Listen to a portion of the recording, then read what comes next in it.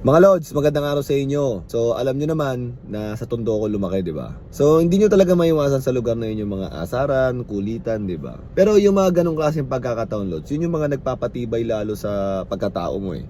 And also, yung understanding sa buhay-buhay. Siyempre, wag naman yung talagang degrading at yung yung kumbaga, tinatapakan na yung pagkatao mo.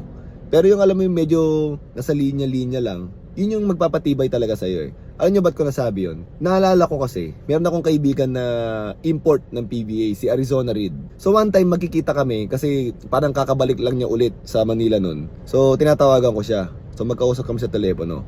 Sabi niya nandito raw siya sa ganitong lugar. Hinahanap ko, hindi ko naman makita, nasa BGC kami nun eh. Ang sabi niya sa akin, buksan mo kasi yung mata mo, lead kasi ng mata mo, parang ganun yung sinasabi niya. So he's implying about yung pagiging singkit ng mata ko, yung pagiging parang Korean yung itsura ko, diba? So yung iba, pagka ganun, parang alam mo, nilalagyan kagad nila ng meaning. Ako hindi, natatawa ako at natutuwa ako na ganun, ginaganon niya ako.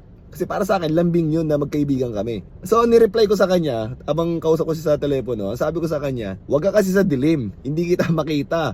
Doon ka sa liwanag, gano'n ka ba? Ganun. So, siya natawa rin. I'm implying about his alam nyo na, gets nyo na. Pero we're not being racist, di ba? Nagiging magkaibigan lang kami na nagkukulitan, di ba? And we accept kung ano kami. Ako, ba't ako maasar pag sinabihan niya akong singkit ako? Eh yun ako eh. Siya, ba't siya maasar kung ganun ang sinabi ko sa kanya? Eh yun siya eh. Pero hindi ko siya dinidegrade and hindi ko tinatapakan yung pagkatao niya. So mafe-feel niya yung lambing ko sa kanya sa biro na yun. And nafe-feel ko rin yung lambing niya sa akin. So bakit ko nga ba nasasabi to? Kasi, di ba laging inaasar ako sa tenga ko? Nung bata ako, lagi akong inaasar hanggang sa tumigil sila. Kasi I accept eh. At minsan nire-reply ko nga na na wala, kasama sa pagiging pogi yan eh. Minsan binibiro kong gano'n. Pag sinasabi naman nila, laki ng tenga mo, temo nakalabas ganyan, parang lilipad. Ay ko kaya nga siguro mataas ako tumalon eh. Gano'n yung nangyayari. Nawawala na yung yung weapon nila na mang-asar, and ikaw sa sarili mo natatanggap mo kung sino ka. So yun na nga yung nangyari, 'di ba? Nung nakita kami ng nanay ko, ang una niyang tingnan sa akin at tinawakan yung tenga ko. Alam mo, sobrang sarap ng feeling na yun. Talagang hinanap niya, tapos hinawakan niya yung tenga ko na ito yung palatandaan ko sa anak ko, ganyan. Diba? And also, ito rin yung mga natutunan ko sa buhay na ipinapasa ko sa mga mahal ko sa buhay, kagaya ng pamangking ko. Kasi hindi ko makokontrol eh. Tira nyo yung pamangking ko, tinuturuan ko siya na kung paano sumagot if ever na asarin siya. O pwede mo sabihin sa kanila, masarap kumain eh. Masarap magluto nanay ko eh.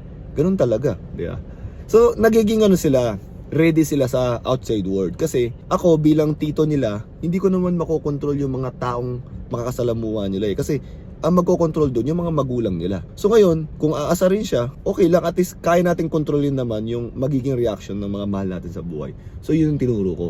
That's the reason why kinukwento ko sa inyo to. So ngayon, what leads me to this? Kasi nagpost ako ng picture ko at tinanong ko, nasan ako dyan? Alam nyo, bumuhos yung comment na una kong tingnan yung tenga. Ayun, nasa gitna yung meron parang Mickey Mouse na tenga.